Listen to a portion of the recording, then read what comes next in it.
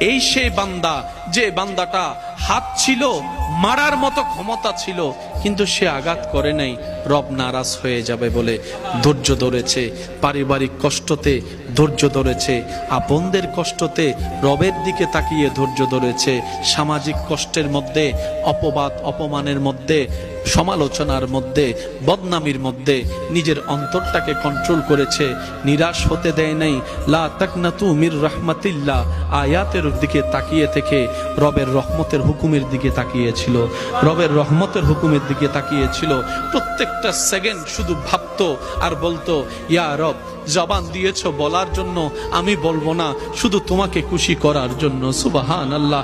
আমাকে আঘাত দেয় নেওয়ালাকে আমি উল্টা আঘাত করব না, শুধু তোমাকে খুশি করার জন্য।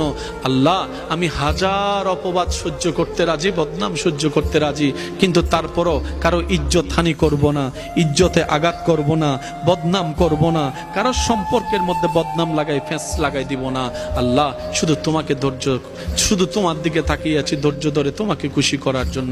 আল্লাহ, তোমাকে খুশি করার জন্য। ফেরেশতারা বলবে, এরাই সে বান্দা যাদেরকে আল্লাহর হুকুমে আজকে আমরা ফেরেশতারা সালাম দিচ্ছি, যারা দুনিয়াতে হাজার কিছু রবের দিকে তাকিয়ে সহ্য করে ধৈর্য ধরেছিল। সুবহান।